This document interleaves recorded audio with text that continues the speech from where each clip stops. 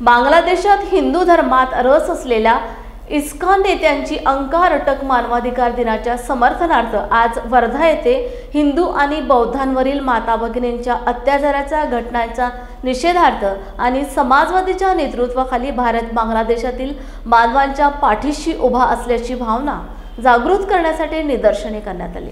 राकेश मनशानी यांच्या हस्ते बांगलादेशचा ध्वज फडकावून शहरात भव्य जन आक्रोश मोर्चा काढण्यात आला। या निमित्ताने आपल्या वर्धा जिल्ह्यातील विविध मठ, मंदिरे, आध्यात्मिक व धार्मिक संस्था, भजनी मंडळे, ज्येष्ठ नागरिक, महिला बचत गट, सार्वजनिक उत्सव मंडळे, प्रसिद्ध संस्था या सर्वांमध्ये पुन्हा एकदा सर्व हिंदूंची एकजूट पाहायला मिळाली। या निषेध मोर्चात संपूर्ण हिंदू समाजातील प्रतिष्ठित संघटना, साधू, कीर्तनकार, धर्मोपदेशक, प्रमुख आणि प्रतिनिधी सहभागी झाले होते। बांगलादेशातील हिंदूंवर होणारा अत्याचारा निषेधार्थ आज शास्त्री चौक सोशालिस्ट चौक येथे शिवसेना वर्धा शहर तर्फे निषेध आंदोलन करण्यात येत आहे। यामध्ये आम्ही बांगलादेशचे झेंडे जाळून तीव्र निषेध व्यक्त केलेला आहे।